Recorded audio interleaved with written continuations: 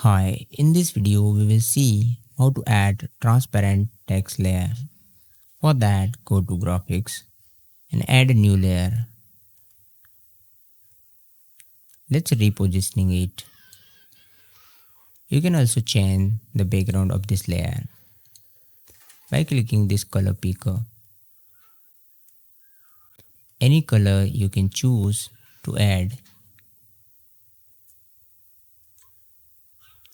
Then make its opacity is around 70 to 74.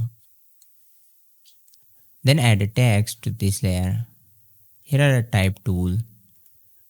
Then type any text. Let's adjust this text according to our background.